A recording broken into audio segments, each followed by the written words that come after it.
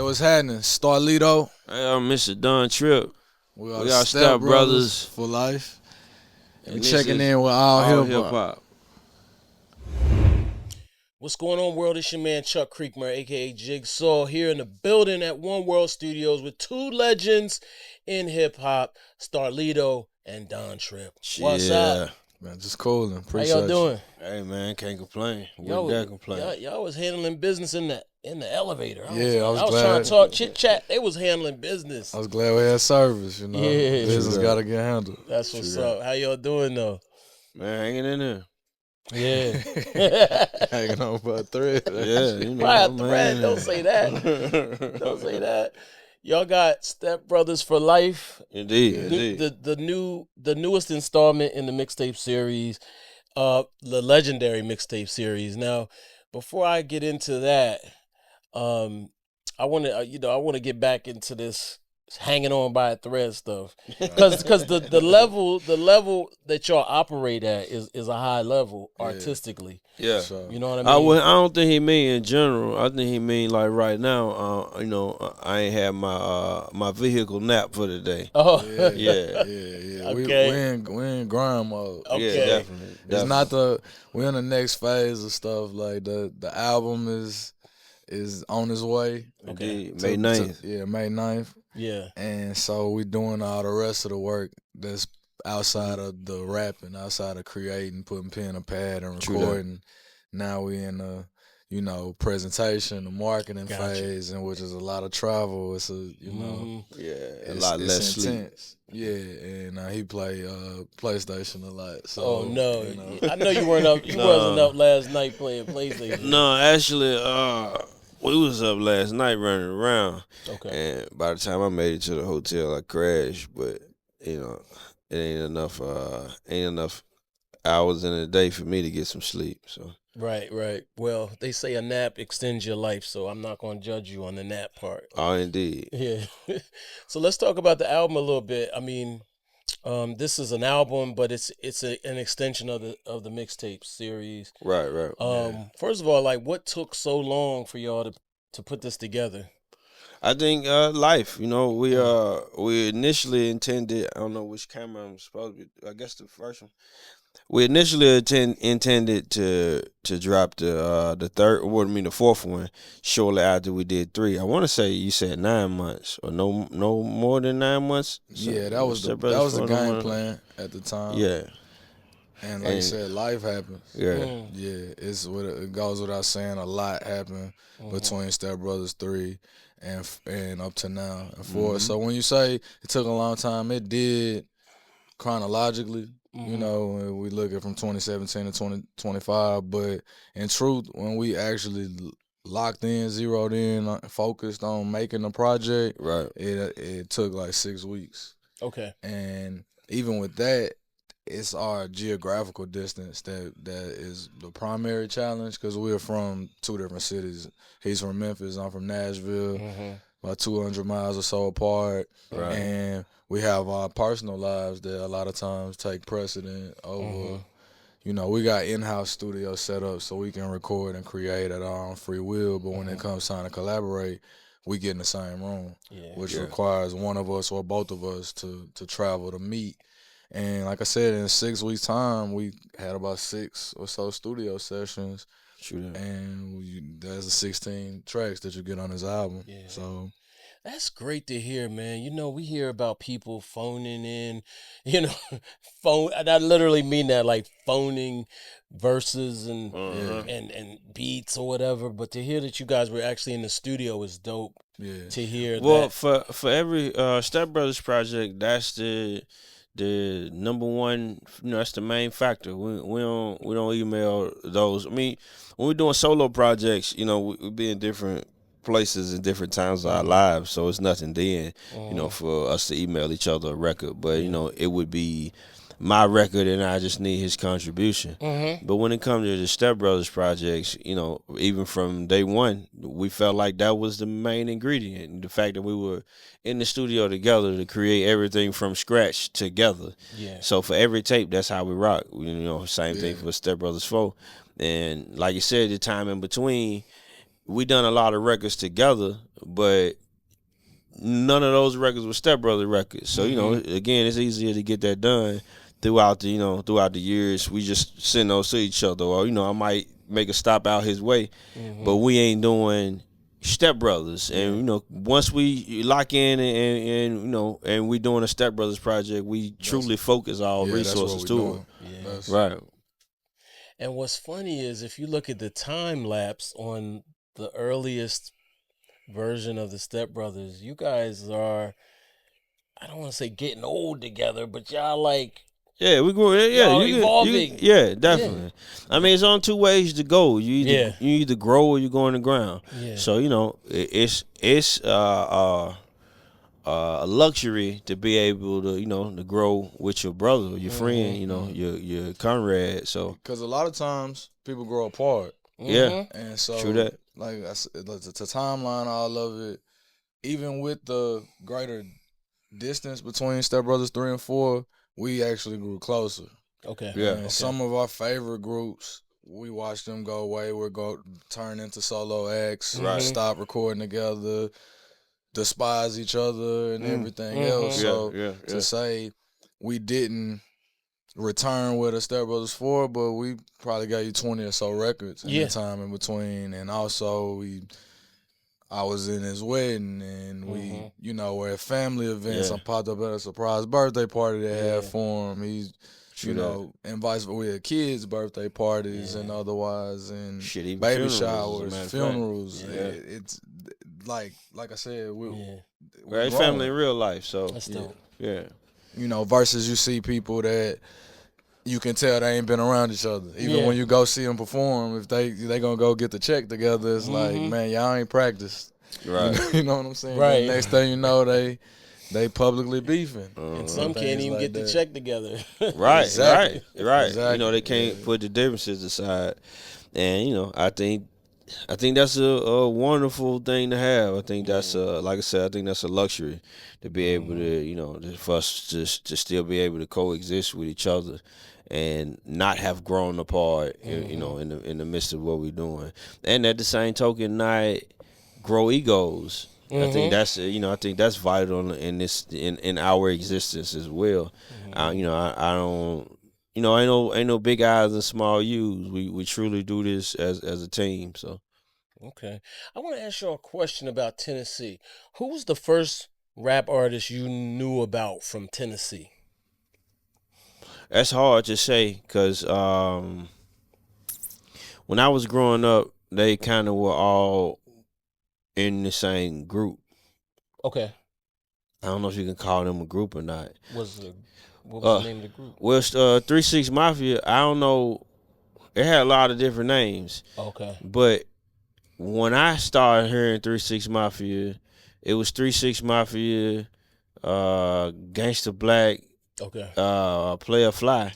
Okay. And like I said, they all were together. Okay. And then at some point, Gangsta Black and Player Fly branched off to do other things. They had a whole feud and everything to go along with it. But I heard all of them at the same time, so I can't say who was the first person I heard because I heard them all in unison. Yeah, he's from Memphis. I'm from Nashville, and this for sure wouldn't have been the first rapper. But in my childhood, the first that I can remember was a rapper named L.A. Mike. Okay. And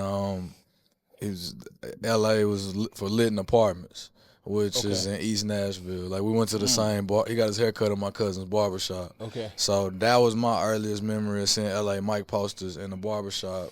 And that was my first introduction, like, oh, somebody from around here is a rapper. Because short of that, it was like, if it wasn't Too Short or Snoop, probably NWA or whatever, you know, in my era of being introduced to rap, if it wasn't something I saw on TV or heard on the radio like that, like L.A. Mike, for me, like, I wasn't even aware of, like, the Memphis rap scene as a a young kid. I'm talking like 5, 6 years old, 6 years old or so. And I can remember sitting in the barber chair and L.A. Mike walk in and I'm looking up at the poster like, wow. man, that's L.A. Mike. So that was, for me. Dope. But I mean, there was some other predecessors of mine that did some big things from Nashville. I know you said Tennessee largely. Yeah. I can remember Tila being, along with like 3 6 and stuff, but Ballin' G. A-Ball MJG, Yeah, maybe even before label Tila. mates. Yeah, but their music being big to me, being from Nashville, and those were Memphis artists. But other Nashville artists like with Pistol, who signed with Eazy-E. I think he's first Nashville artist to get like a major deal. And Cool Daddy Fresh did a lot of units, a few 100,000 units independently. Like later on in my childhood, I remember them making an impact and making waves from as far as on the Nashville rap scene. Then of course later, Quanti Cash, Young Buck, leading into my early beginnings. Was there a rapper named Gangsta Pat from Tennessee? Yeah, he from Memphis. Yeah, he's the first one I remember. Okay. Okay. I'm like, I think Gangsta Pat. I used to listen to him. Yeah. What's up? That's it. I don't know who he was signed to, but he was kind of hard.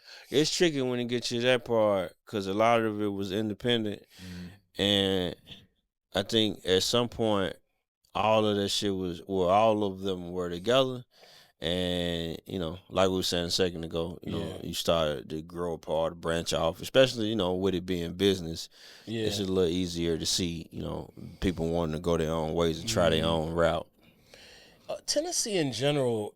I mean, first of all, you mentioned the distance between Nashville and Memphis. Right. I never even thought of that. Like, I just assumed it was like nearby, or so you could just pull up. I mean, in a sense, but it's still 3.5 hours.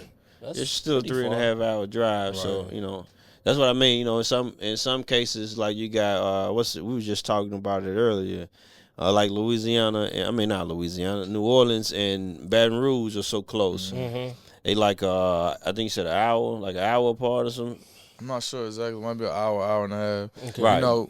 But they different places. Yeah, right. two totally different places. But if you're not from Louisiana, you just look at somebody as being from Louisiana. The same way if you're not from Tennessee, it's like, oh, you don't know how many times people mistakenly thought I was from Memphis. Now, granted, I've lived there before. I spent half of my life in and out of Memphis, and some of the roots of my career are definitely planted there.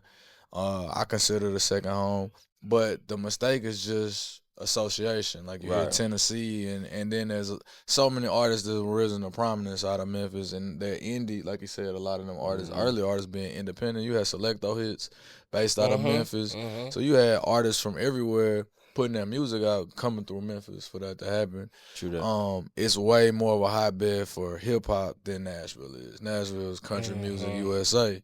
It's big business, but not for urban music. Yeah. And Nashville and Memphis are completely different places on a lot of different levels, culturally and otherwise. And it's not like it's a neighborhood over. You going through a few other cities to get there. Cities with colleges. And, you pass Jackson, Tennessee, and there's schools there and otherwise.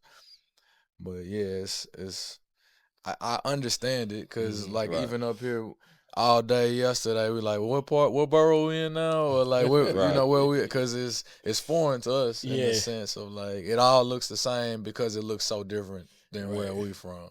Right.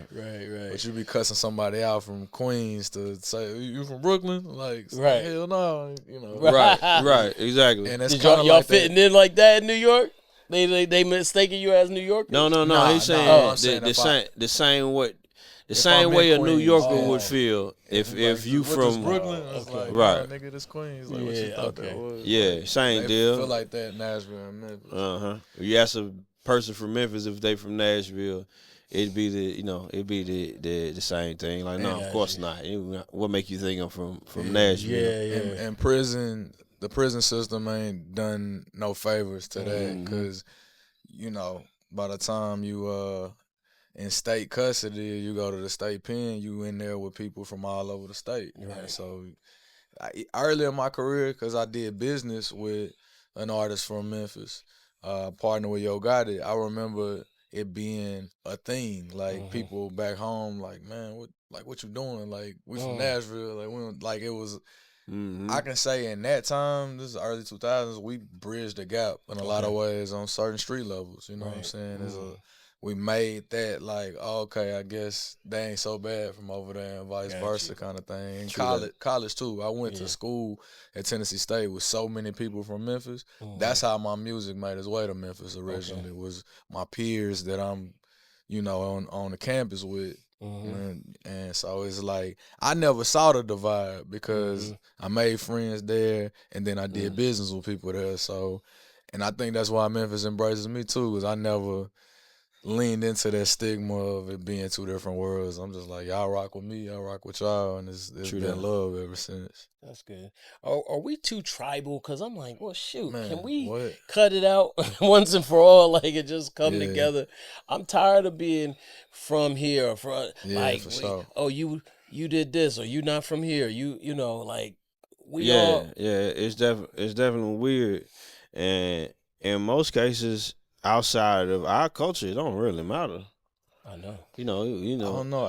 Asian people be on that. Well, Chinese and Japanese people, they do not like each other. Yeah, and it's a lot of other Asian cultures that like don't mistake them for that. I don't mean that for them. That's an actual ethnicity, though. Yeah, okay, true. Still territorial almost. In a sense. But even so, it ain't because of. Like, our shit is broke down to like what part of the city you from. Right. They ain't like, oh, well, you from East Asia. We don't rock with you. Well, East China. You East Chinese. Right. North Korean, South Korean. Well, that's again though two different. That's two different places. Right. But I don't know. I think you could be a block over or For us, it's too. And it's too ridiculous, right? Yeah. And that's the other thing. We have no ownership in these places, and we killing each other over the street signs. Yeah. So it get ridiculous. I don't know. That's part of the culture that I'm waiting to see mature. Yeah. Speaking of maturing, hip hop is past 50 now. Yeah, we're having beautiful. A lot of debates on where we're heading. A lot of folks feel like there should be more power systems that we own or control in the culture. And I don't know. What do you think about where we're heading? Me personally, I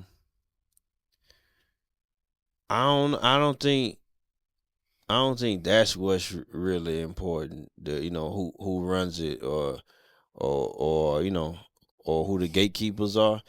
I think like right now you could weigh the argument that it's too wide open. Anybody could get in. But in that same notion, that's a good thing because that means nobody's in your way. Nobody's stopping you. And of course it's flooded. So, you got to really do you to stand out from all of it. But it's easier now than ever so take a person who truly loves music and wants to become something. Now it's less barriers in order to do that. You don't have to go and stand outside of the, you used to have to come to New York and stand outside of the labels and try to catch somebody coming out in order for them to even hear you rap and then go from there. It was a point in time where demos did work, and then of course, as it progressed, they start throwing them in a room. But either way, there was a time where that's what you needed. So you had to go and pay a fortune to even get in the studio just to do 4 songs, so you can turn around and start trying to shop your demo. You fast forward to now, you don't gotta shop you can go make your first song ever, and you can put it through DSPs right now. Now, again, for a person that actually loves it, that wants to do it, that's been their dream, that's no better time to be able to do that. Right. Of course, the flip side is you got people who going to do it just for fun, and they might get they day sooner than the person who truly loves it. Right. But just like everything else in life, nothing that came quick was worth holding on to anyway. So in that regard, I think the focus should mainly be on you doing what you do. Right. I think a lot of times when you get caught in the trends, a lot of the trend, that's why the trending music don't last as long as the music with the substance, because you're not doing what's true to you. You're not doing the music that that you find near and dear, or the music that speaks to you. You doing what so and so is doing, and if that's the case, when it burn out for so and so, it burns out for you. I don't think it really, if at least in my opinion, I don't think it really matters who gets to facilitate it, because the more technology and the more it enhances the wider it become. Like right now, you used to have to go and sit. Master P had to go sit down with somebody to get that distribution deal. Right. Same for Baby. Same for Tech Nine. Like, these people had to go and do physical leg work to make that happen. And now all you gotta do is sign up, and you got a distribution deal. You got Distro Kids and TuneCore. I think that's how you say it. TuneCore, yeah. Right. And it's a very long list, and it's growing. Yeah. So I think we have to. I understand that as like a concern, but I think we have to take control over what we can, which is owning the influence that we have as a culture. Because even at this time, the industry existed before hip hop was a thing, and in every genre of music, what ends up happening is something gets taken away from it, and it's happening in real time. Hip hop is morphing and merging with other genres of music like country, and you're getting all these fusion records and otherwise, it's like a yin and yang to it. Like, I think the acknowledgement of the influence is there, but what happens is there's so much in hip hop that's like almost literally poisonous. Like so much of, I'm not saying ours, but the messages within are so destructive, and then we'll let another genre of music come and like take the lifeline of it, which is the beat, which is the rhythm, which is the nuance of cadence and otherwise, and they gonna apply it with all of their themes and otherwise and run off with it if we don't take hold of it and have something, like you said, that's sustainable. Yeah. Like soul, like message. True. Like, rap used to be the news for the hood, and now it's just like horror story. Or like, I'm saying this is a lifelong rap fan. Yeah. You know what I'm saying? Yeah. I watched it change, and that's where we are in our lives and careers. Like, we're very, very, very intentional and very mindful to like tell it like it is and give a full range and broad perspectives, because that is gonna last. That's gonna stay. You're gonna be able to come back to this and be like, man, 2025, these dudes was talking about some things that mattered. Yeah. At the least matter to us. Yeah. True that. And for sure, there's got to be some like-minded people out there. And even as independent artists, like you said, because we got more access, it's like it's less time or less room to make excuses for the way things are. Yeah, we got all these access points. Like, somebody can have a $10 million budget and a building, a machine behind them, and they put out some bullshit. It's just some bullshit, and it's like versus, or they can put out something that's just an agenda's behind it or backing it. Now, you can have somebody that's doing it out of their bedroom, and it's real and it's true. Like, he got on from just pouring out his heart, pouring out his soul, and revealing his true self and where he was right there in that moment. No frills, on a $100 camera, and he had the tools to share it. Yeah. And look at what it's blossomed into. And so it's kind of like, well, you can't say that we don't control anything when that's an origin story that's led to 15 years of, you know what I'm saying? He's in a far better position in every way, and he ain't compromised himself or his message along the way. So for every Don Trip, there's 100 other kids or somebody, you know what I'm saying, with that spark in them. And it ain't time for us to say, man, we should be doing this as a culture. Well, then do your part. You know what I'm saying? And stick to your guns and stand on that. Because what happened is that same industry came beating his door down, you know what I'm saying, and trying to make it happen with him. But a lot of times I feel like people lose that spark and just kind of fall in, and look at what's happening on the other side of it. They putting lots of money into like, hey, let's take away from what we know works for them over there and apply it to, you know what I'm saying? Because that's just what it is. But I think we gotta be true. We gotta preserve the essence of this thing. You know what I'm saying? This thing of ours is hip hop culture at large. Are you guys, as I thought about you guys, you were doing your business stuff, you know, that's important too. Like most people, when you talk about people just uploading stuff, like that's why they capped off how you can upload, because everybody was just, I mean, meaning like the threshold for payout was like 0 at first, then they put it at 1,000 because it seemed like everybody was just uploading so much. But the marketing, the videos, and the other aspects of it, do you enjoy that aspect of it, or is that annoying to you? Does it take away from what you really love doing? Because most artists aren't thinking about the other things that make projects successful. I think I kind of look at that like maintaining my house. Okay. If you want to own a house, then it comes with some responsibilities. At some point I'm speaking from experience. At some point you gotta buy new air conditioning units. You gotta get new hot water heaters.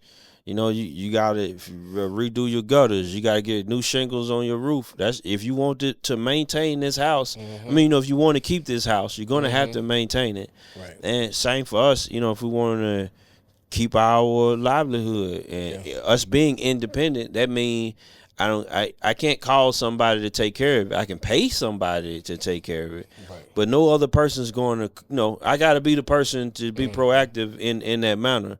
And the same thing for our careers. When it comes to the marketing, the leg work, if I don't do it, who's going to do it? Yeah, and in that same regard, even if there is a person, it's a flip side. You can be signed to a label. There are people that do these things. Yeah.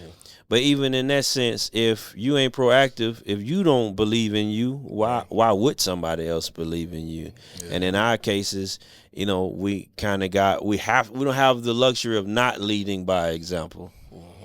I think, to double down on what he said, I do enjoy the marketing part of it, because to me marketing is storytelling.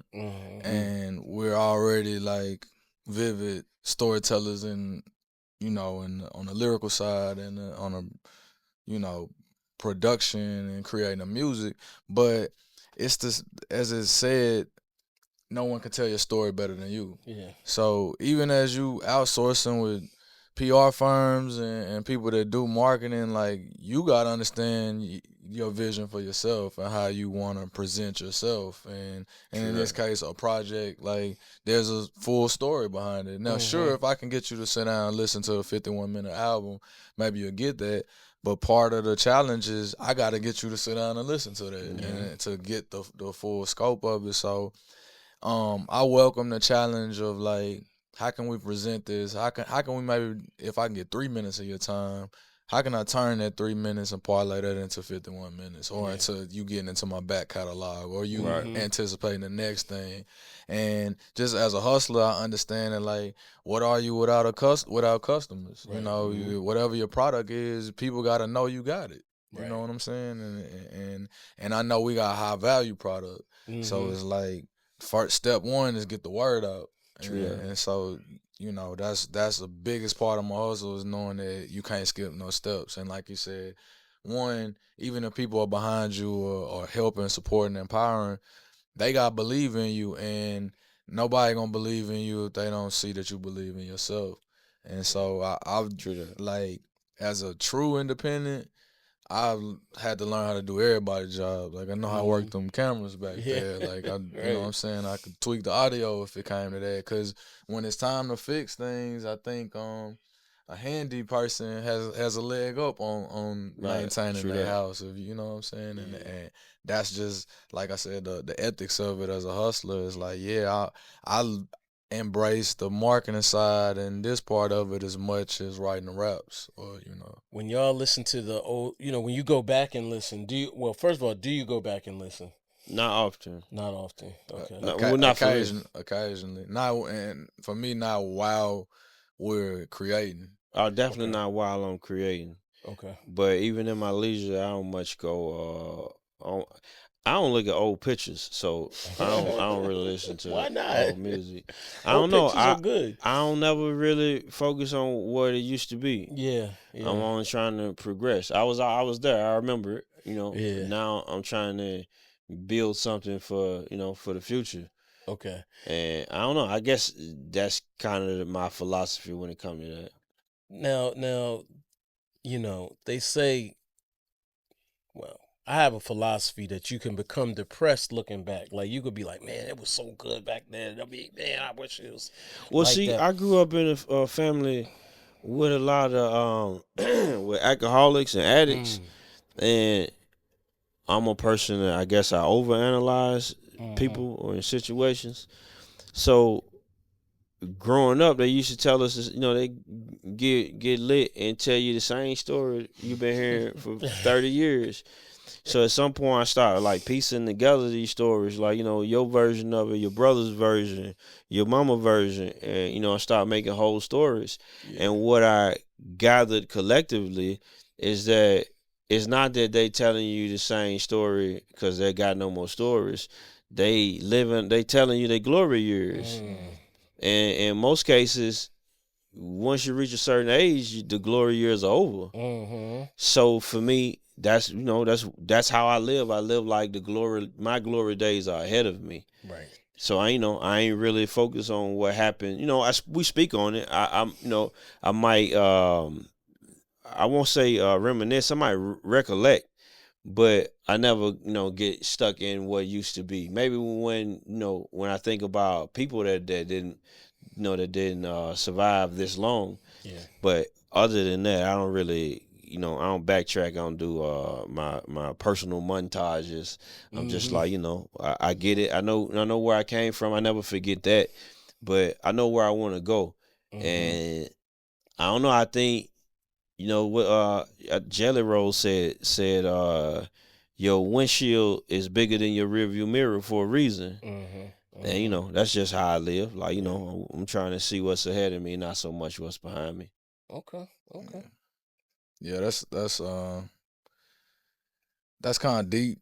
I think it's value both ways to having tunnel vision or facing forward. I also think there's a lot of lessons. As I say, learning from mistakes, learning from experience and otherwise, but it can go either way because I'm definitely equally familiar with people being stuck in certain places, and I think that could lead to what you were saying about the depression part of it, or it's depressing. I've seen it in certain regards. Like my dad had a brain injury, had a closed head trauma, and for large parts of my childhood, he would talk about the same time period, and I heard the same stories, and I realized that he was kind of stuck there, maybe on account of his injury. But I've also heard and saw something about artists that a lot of times, wherever they peak or first see success, they end up stuck there, artistically. Right. And so even I've seen it with some of my favorite artists where they're trying to make that record that they broke through from. And I can remember hearing that, and as an artist, I had a record, I had a Grey Goose a club record, and I signed a deal and otherwise, and it was like that's what they wanted over and over. And early on, I'm like, that ain't me. That's not the end all be all. Right. Same thing. I'm sure he was encouraged to make letter to my son, or make letter to your daughter, make a letter to your dog, and whatever, because this is the business of music. Yeah. And it's like, well, it worked, so it'll work again. But for sure, I've seen artists stuck there, and you in that same, man, this ain't 99 no more. This ain't 2000 whatever no more. Right. And so I think that's probably why we don't revisit the music in real time while we're creating, because I ain't trying to make that song. Sometimes I like, even as we finished this project, as we were rapping, I went back and compared to the other projects, just almost just taking inventory, like where do I rank this one, or how do I feel about this one versus this one. But because it was done, if I did that in real time, I think it would have taken away from what we were creating. Yeah. you know, and but I think that's a real thing, because when you do that, if too much reflection, you're gonna compare, you're gonna size it up, and if it's like, man, we was doing numbers at this time, it's like now you weighing that against that, and what you're doing now can feel like a failure. But if like this the best that you doing your best right now, you gotta ride the wave of that, and you know what I'm saying, and try to keep going up, and maybe you'll supersede where you were. But as long as you're looking back, it's like, man, you like you said, you're gonna run into something. You know, like right. For the sake of that analogy, but. So I want to try to get y'all's top 5 if you can do this. Top 5 duos. Here's the trick. Curveball. Top 5 duos in hip hop. You want individually, each one of us?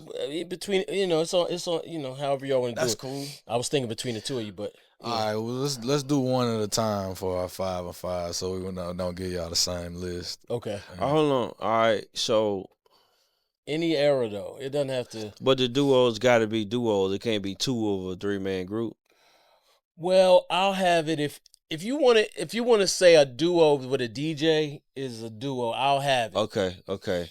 So we'll say the DJ can be included in the duo. All right. So like, I think he was gonna say Styles and Kiss. Yeah, okay. right. But they a trio. Fair enough. Yeah. That counts. They've never done a whole album together. Yeah, that's why. So but they count because they've done so much. Well, we'll just stick to traditional duos then. I would have to say we in top 5 of all time, and I gotta say Crisscross. Crisscross, okay, I wasn't expecting that. Yeah, if we saying all time, I got okay. Yeah, I'm gonna start. I don't know if we ranking them, but I'm gonna start with UGK. UGK, okay. I can dig it. Ball and G. All right. Damn. We at 3. Okay. Well, we ain't in order. You want 2 to 1. 5 and 5. Okay, that's perfect. Okay, that's okay. perfect. That's that perfect. way we don't overlap. Okay. Because I think it's so that's a total of of 3. Right. So we're gonna What 10. was going really 10 1 then. for him and 2 for me. You said Crisscross. Crisscross, Ball and G. UGK. I'm gonna go with Outkast. Okay, yeah, of course. All right. Run DMC. There you go. Boosie and Webbie. Are they? Yeah, they put out an album. Okay. Ghetto Stories. It's my era of my generation. Like, fair enough. and I didn't realize that. That's 3 and 3. All right.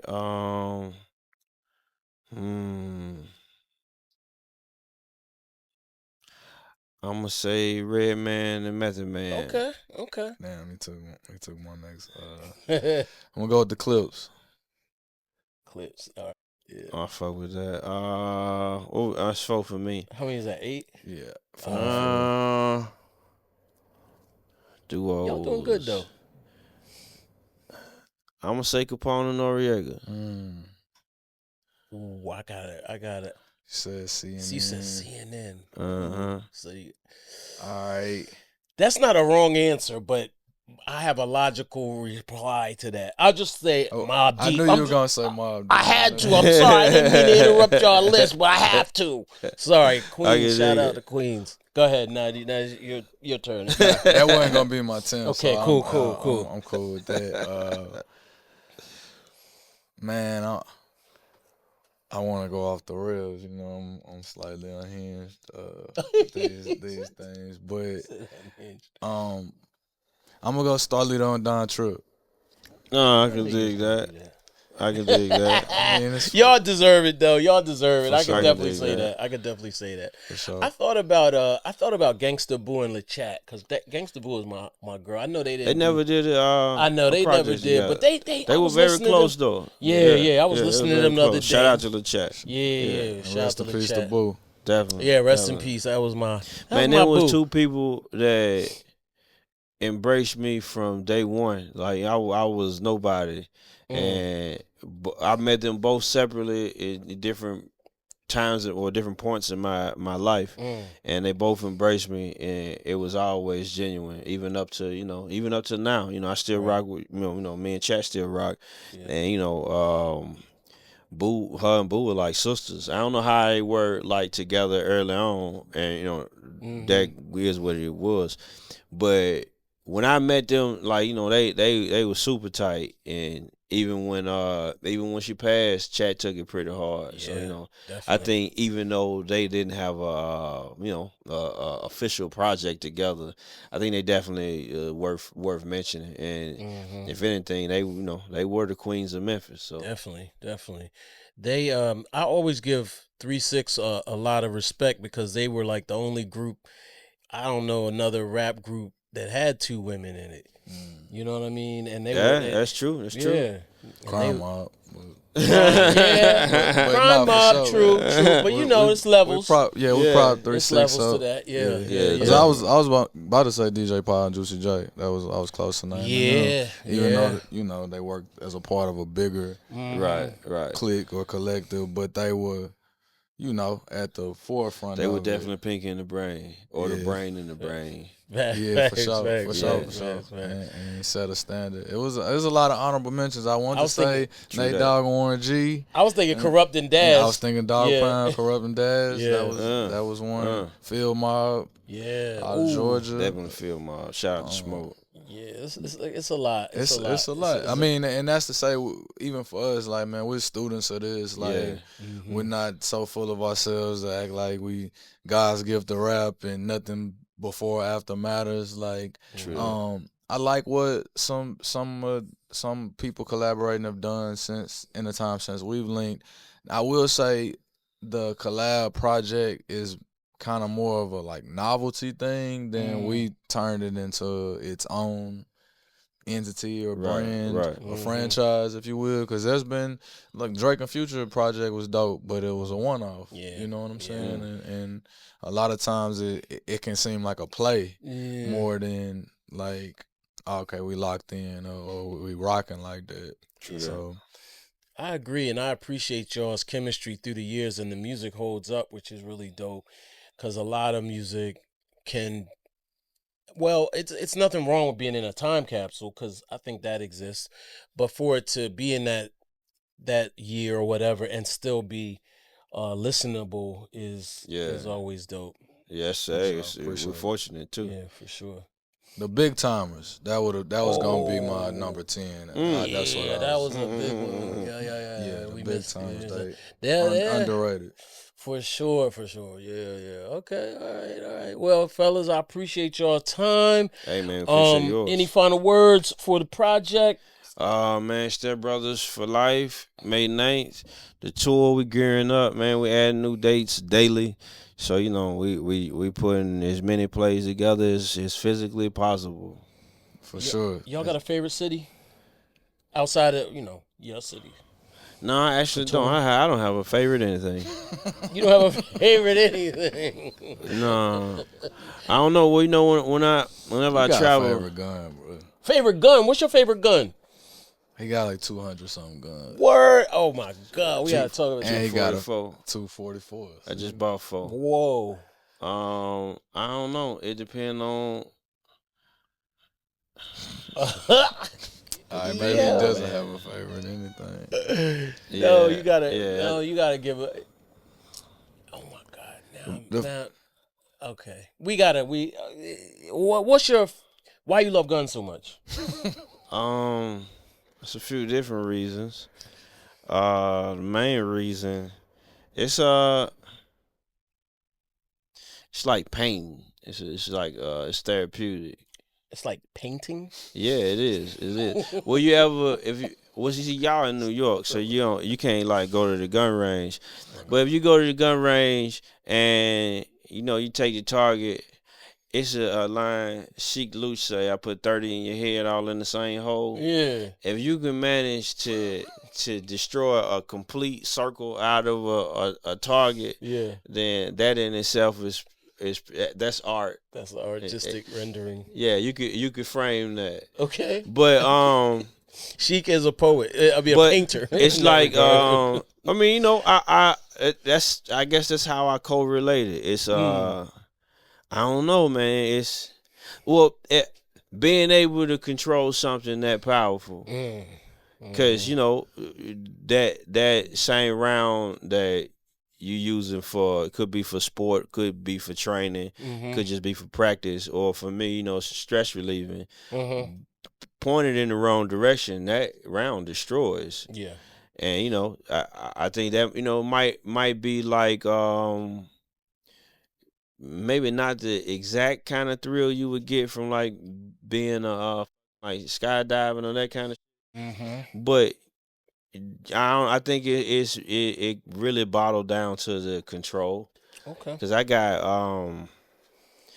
some extremely powerful rounds, and I got some kid friendly rounds. Like I teach my kids how to shoot, so you know I got small calibers like 22. Okay. What is it, 17?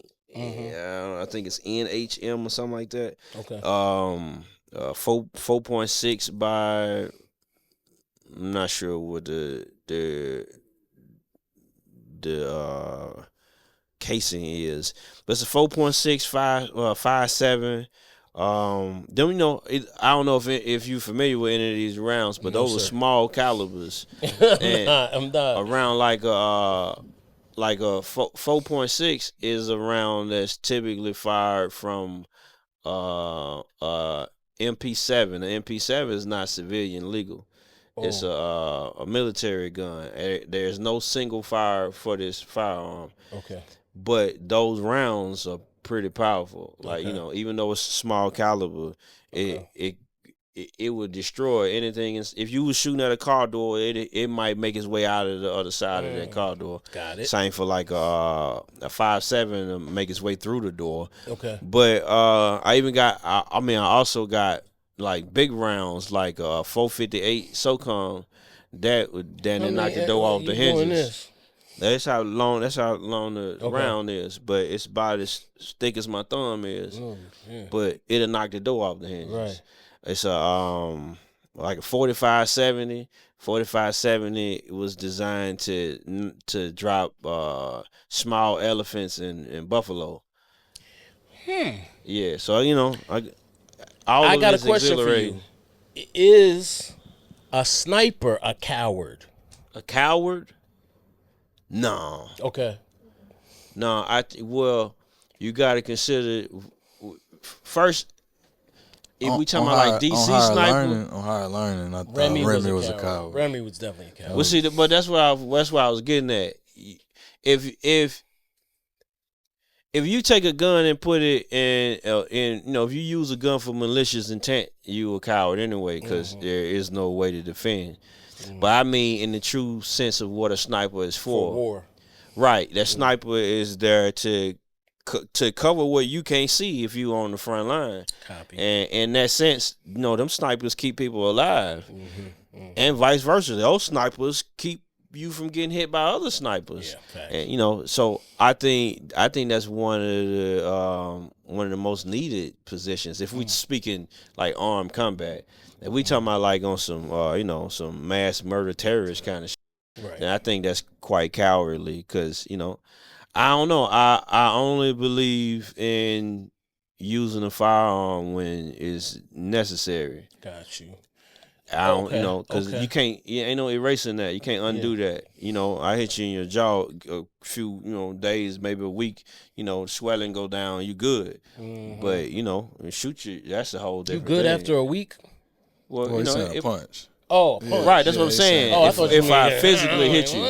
But that's what I'm saying. Yeah. With a bullet, that shit irreversible. Yeah. And, you know, there's ain't no taking that back. Even if it heals, there's no taking that back. And, you know, I wouldn't dare use the gun for, you know, for all the extra. Like I said, if anything, it's more therapeutic. Same for building them, you know. It's shit's more therapeutic. But we live in Tennessee, so, it's different. you know, out here, you know, you build that, you might well learn how to sharpen shanks immediately. Right. They slamming you here with that. So, all right, I don't want to get too deep in this because I have way more questions than I should. But there's a movie called Havoc on Netflix. Havoc. And it's crazy. Okay. You got to watch that movie. They just, it's crazy. You got to watch it. Well, see, that's the thing with some of the movies, most movies, they get real unrealistic with the guns, man. Yeah. But Super. I respect the movies films. I don't know if you're familiar with Lioness with Zoe Saldana. They had couple snipers on that joint. That's the most accurate I've ever seen firearms be displayed in film. Okay. Like if you That's wanted to get a feel for how firearms actually operate, that would probably be the See, I like best the snipers in suggest. that one. They was protecting and blah. Yeah. Right, but even you seen that too? Yeah, I watched. Yeah. I like that show. When you watch that, you see that no matter what happens, tactical awareness is what's the most important. Not what gun they shoot, not how many rounds they shoot. Right. The tactical awareness is what's important. Mm-hmm. And in real life, it's the same thing. It's people that go train every day, and you want to be prepared, and you want it to never have to happen in real life. Yeah. But when you got a firearm, the first thing they tell you in firearm safety is you're responsible for everything that bullet touch. Right. And in real life, if you ain't got no training, it's a very high chance that whatever you aiming at, you won't hit. Right. And like I said, a series like The Lioness, they show you that it's easy to just be shooting, but they shooting with purpose and with intent. You got to know that you responsible for whatever happens once you fire that firearm. Okay, all right. I'm gonna stop. I ain't gonna get into the sidearm or whatever that we saw in the movie. No, appreciate y'all. Thank you, Indeed, man. Appreciate you, brother. Great presence. Yeah, indeed.